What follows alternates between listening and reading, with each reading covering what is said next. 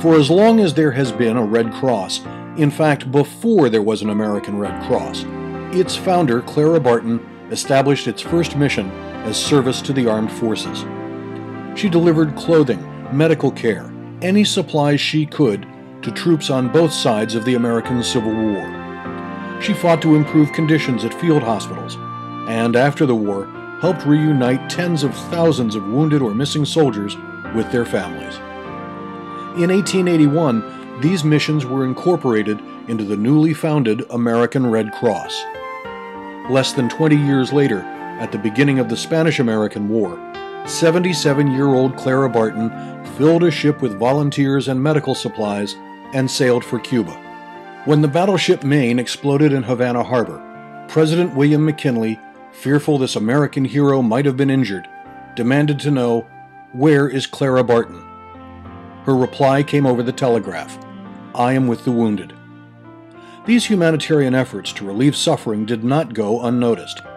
In 1905, the Red Cross was chartered by Congress to, quote, "provide volunteer aid in time of war to the sick and wounded of the armed forces in accordance with the spirit and conditions of the Conference of Geneva, and to act in matters of voluntary relief and in accordance with the military authorities as a medium of communication between the people of the United States and the armed forces of the United States." When American troops shipped out to Europe to fight in the First World War, the American Red Cross shipped out with them. On the front lines, nearly 5,000 volunteer Red Cross ambulance drivers provided first aid to the wounded. Once in hospitals, more than 18,000 American Red Cross nurses gave care to the injured. They pioneered the development of psychiatric nursing programs at veterans hospitals, made artificial limbs, and, using sports and competition, as well as loving care, helped rehabilitate amputees and blinded veterans. That's the origin of what we now call the Service to the Armed Forces branch of the American Red Cross. Wherever there is an American military outpost, there is the American Red Cross. The Red Cross is into everything. They work side by side with the Wounded Warrior Project. Here I'm running the center, the Military Transient Detachment. So the Red Cross provides clothing, food, laundry soap, toothbrushes, razors, everything for these guys who are coming down from Afghanistan, Africa, Kosovo, wherever it happens to be they're coming from, through Landstuhl. Sometimes they don't even have a piece of clothing to wear. And the Red Cross gives it to them, no questions asked, here you go. They come in here with nothing. So by the time they get out of their stretchers, we try to give them that little bit that they need. All the blankets and pillows we get in here are all handmade by groups and individuals that send them over here to the chaplain's closet itself. But like most of the sweatpants and everything that we get in here, it's all free. They send it all the time. Sometimes it's just a matter of a visit from the friendly face of a Red Cross volunteer. And do you have a dog of your own? Yeah, and then in my squad we got a dog handler. Oh. So we got a squad dog. Perfect. Yeah, his name's Jack. He's a black. In this case, it's Pedro, offering the troops a touch of home. And Pedro's not shy about making himself available. He's as happy to see them as they are to see him. Would you like meat lasagna? Or she's ready. Primavera?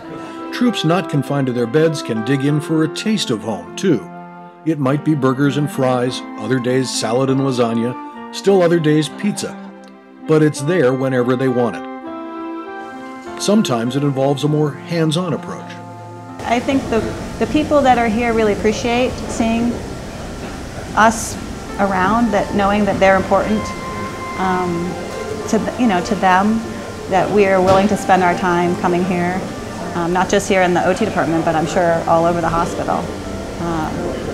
Just having that visibility that we're out there supporting the troops and their families. I'm going to turn it upside down. You want your regulators on your right-hand side. Like this? Yep. For many, particularly those with orthopedic or traumatic brain injuries, this new scuba program developed by the Red Cross offers unique benefits. This physical therapy program offers relief from both serious injury and opens new realms for warriors previously confined by their wounds. This program, called TRX, was developed by the U.S. Special Forces to keep their troops fit. This allows me to do physically adaptive PT, which means I can do PT on this thing outside of the regular Army norm of regular push-ups, sit-ups, running. The American Red Cross supplies the equipment, along with instructors, to our most seriously wounded. It offers job training for military spouses and dependents. That means more Red Cross volunteers can do more to support our troops, in hospitals by supplementing the medical staff, but also in helping people get jobs once our troops and their spouses come home. Even on their way home, prepping the troops for the journey, seeing them safely aboard, and helping them as they arrive. They're part of our team here, and we would not be able to accomplish our mission if it wasn't for the Red Cross here. It's incredible. Long after their military services concluded, we help staff veteran centers with volunteers to see to the needs of our most vulnerable veterans. It was our original reason to exist. It remains among our proudest duties and our most heartfelt mission. Service to the armed forces from the American Red Cross.